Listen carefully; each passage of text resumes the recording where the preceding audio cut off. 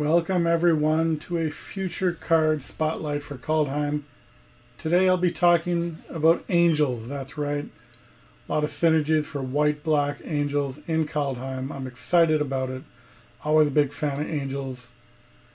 And I'm going to start that off with kind of the card I want to center this video around about it. Firjas Retribution. You can see right there the wonderful new rare multicolored Saga. Chapter 1 right off the bat for only 4 mana. You get a 4/4 Angel Warrior, got flying and vigilance. Where are the days of Sarah Angel? 5 mana, that's over. 4 mana gets you a 4/4 Angel Warrior token. If that was just it for 4 mana, flying vigilance, be a pretty good card. But you can see Firjas Retribution does a little bit more. In Chapter 2, next turn, any angels you have all gain destroy target creature with power less than this creature's power. So most angels have pretty high power, usually 4 and above. And you're going to be use those angels to tap and kill creatures your opponents have that turn. So a good way to clear the board on their side. And because, you know, most of the angels we're talking about have vigilance, you're going to attack first, then destroy, so you don't lose a turn of attacking with it. And you get into, you know, after you've killed everything on their side, you get into Chapter 3, angels you control gain double strike until end of turn. Clear the way, coming through, finish off your opponent, get a quick clock on them. You know, just with the, 8 damage alone with the 4/4 Angel Warrior you've created. So, on top of other angels you have, which we'll talk about shortly. So, yeah, not bad. So, before I get into what's currently in Standard that's going to help you with your angel deck, I'm going to first talk about a few more cards from Kaldheim to help you out. The other card I want to focus on, the brand new Starnheim Unleashed. That's right, the 4 mana sorcery, same mana that you spend on that Saga to create another 4/4 Angel Warrior token with flying and vigilance. The difference is the power of Foretell. Turn 2, which often you're not going to be casting an angel, because there's not many angels except, well, one we're going to talk about in a second. You foretell this. That means for X, X, and white, you can make that many Angel Warrior tokens instead of just one. So the power that has is that obviously it just builds the more mana you put into it, 3, 5, 7, 9, etc. It allows you to play the spell on turn 3 to get 1 4/4 token if you want to do that, rather than waiting until turn 4. Another thing is, obviously, that it just keeps building on turn. Once you get 5 mana, you can make 2 4/4s, which is huge. Amazing for 5 mana, 3 4/4s for 7 mana, etc. So you're just going to be able to, keep making this larger and larger as the game goes on if you need it. Or if you need a quick answer, quick angel on turn 3, which is great to play the turn before Firjas Unleashed, then you can make 1 4/4 with this spell. Great spell, fits in great with the angel deck that we want to create, white-black. So, like how the Foretell only uses 1 white mana as well, which could make a difference as well. Sometimes white-white, if you're playing white-black deck, could be a problem. Only 1 white mana for the Foretell, so that's great. So before I get into the current standard cards, I've got a couple theme cards to tell you about. That's right, theme exclusive cards from Kaldheim, all angel related, and all could see some play.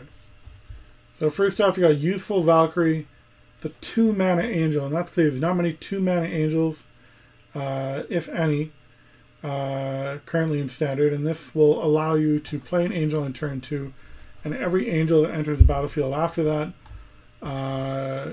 it's going to become larger and larger and larger, 2, 4, 3, 5, 4, 6, etc. Doesn't have lifelink, doesn't have vigilance, but it's a good angel to get out for synergies. Get that out on turn 2. Turn 3, if you want to play to help you later on, there's Starnheim Aspirant.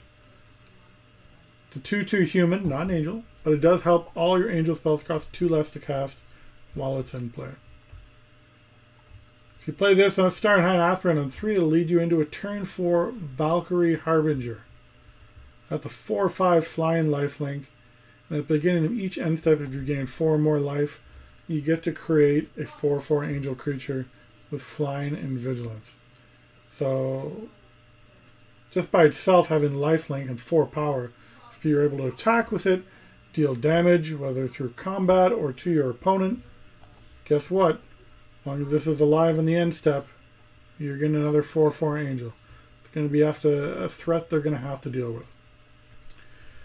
So, let's now have a look at what's currently in standard for angels. We go standard. We go angel. So, as you can see, there's a lot of life gaining synergies. You know, gaining 4, so forth. So, you know, Speaker of the Heavens could be good. Just because it creates more angels, it'll help you create more angels for your synergy. This kind of only works if you're targeting your own stuff, which you might need to. Kind of negates removal.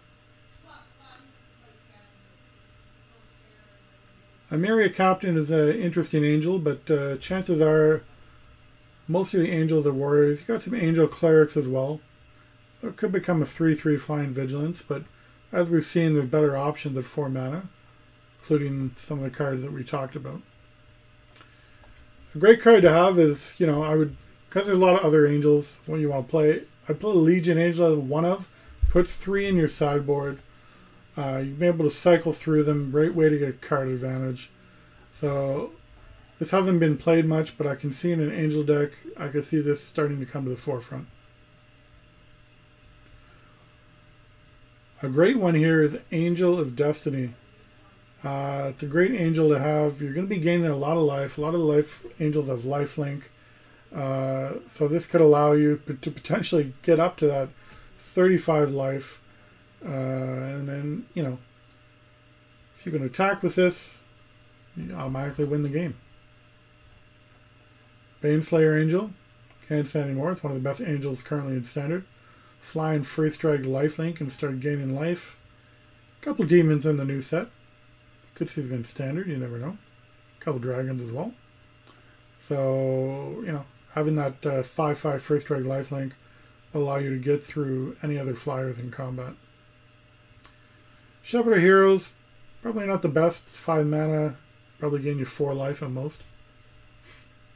Amiriel's Call is definitely something that you're going to want to play in the deck. But just because its flexibility of being a land.